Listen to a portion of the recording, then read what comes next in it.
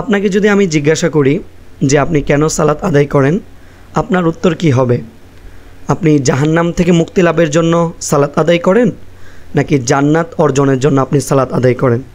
ওইলে আপনার উত্তর যেটাই হোক, আপনি খেয়াল করবেন বেশিরভাগ মানুষকে আপনি যদি জিজ্ঞাসা করেন যে আপনি কী জন্য মূলত সালাত আদায় করেন, কী জন্য নামাজ পড়েন, সে উত্তর দিবে যে আমি জাহান্নাম থেকে মুক্তি চাই, আমি জাহান্নামের আযাব থেকে মুক্তি লাভের জন্য সালাত আদায় করি। কারণ আমাদের হিউম্যান ব্রেইন এভাবে ডিজাইন করা, আমরা কোনো নেগেটিভ থটকে বেশিরভাগ অংশে এবং বেশিরভাগ সময় কনসিডার করি। কিন্তু আমাদের জানার বিষয় হচ্ছে আল্লাহ কী জন্য আমাদেরকে সালাত আদায় করতে বলেছেন, এবং আল্লাহ কি আমাদেরকে জাহান্নাম থেকে মুক্তি লাভের জন্য সালাত আদায় করতে বলেছেন, নাকি জান্নাত লাভের জন্য আমাদেরকে সালাত আদায় করতে বলেছেন? কোরআনুল কারিমে একটি আয়াত আছে যেখানে আল্লাহ ডিরেক্টলি বলেছেন যে আমাদেরকে মূলত কী জন্য নামাজ পড়া উচিত। আল্লাহ মুসা আলাইহিস সালামকে সম্বোধন করে বলেন, আউযু বিল্লাহি মিনাশ শাইতানির রাজিম, বিসমিল্লাহির রহমানির রহিম, ওয়া আকিমিস সালাতা লিযিকরি। হে মুসা আলাইহিস সালাম, তুমি সালাত আদায় করো আমার স্মরণার্থে, অর্থাৎ আল্লাহকে ভালোবেসে আল্লাহকে স্মরণ করে তুমি সালাত আদায় করো। আসলে আমাদের এখানে জানার বিষয় হচ্ছে কেউ যদি জাহান্নাম থেকে মুক্তি লাভের জন্য সালাত আদায় করে অর্থাৎ নামাজ পড়ে, এবং কেউ যদি জান্নাত লাভের জন্য আল্লাহকে ভালোবেসে সালাত আদায় করে, এই দুইটার মধ্যে পার্থক্য কী? এই দুইটার মধ্যে অনেক বড় একটি পার্থক্য আছে। আপনাকে যদি ছোট একটা এক্সাম্পল দিই আপনি সহজে বুঝতে পারবেন। ধরুন দুজন ব্যক্তিকে পাহাড়ের চূড়ায় উঠতে হবে।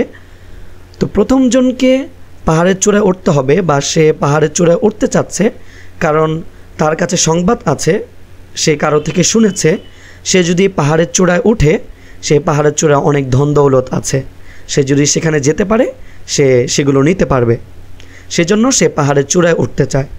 আর দ্বিতীয়জন ব্যক্তি, তাকে পাহাড়ের চূড়ায় উঠতে হবে কারণ সে যদি নিচে থাকে তাকে হয়তো বন্য প্রাণী খেয়ে ফেলবে, তার জানের ঝুঁকি রয়েছে।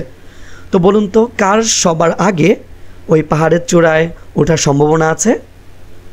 অবভিয়াসলি যে শুনেছে যে সেখানে অনেক ধন দৌলত আছে তার, কারণ সে সেখানে উঠার প্রতি অবসেস এবং সে এই উঠাটাকে, এই জার্নিটাকে সে ভালোবাসে। আর অন দ্য আদার হ্যান্ড যে ব্যক্তিটি জানের ভয়ে সেখানে উঠতে চায়, সে জিনিসটাকে ভালোবাসে না, সে কষ্ট করে এখানে উঠতে হবে।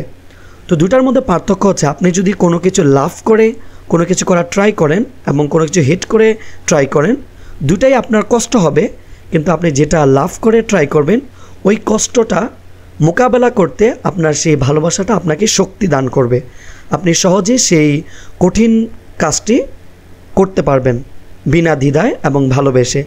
আর আপনি যখন কোনো কাজকে হেট করে করবেন অর্থাৎ ভয়ে করবেন, আপনি এটা করতে চাচ্ছেন না বাট আপনাকে করতে হচ্ছে বিকজ অফ ফিয়ার, সো তখন আপনাকে আপনার মনের মধ্যে মনে হবে যে আপনি উইক, আপনি দুর্বল।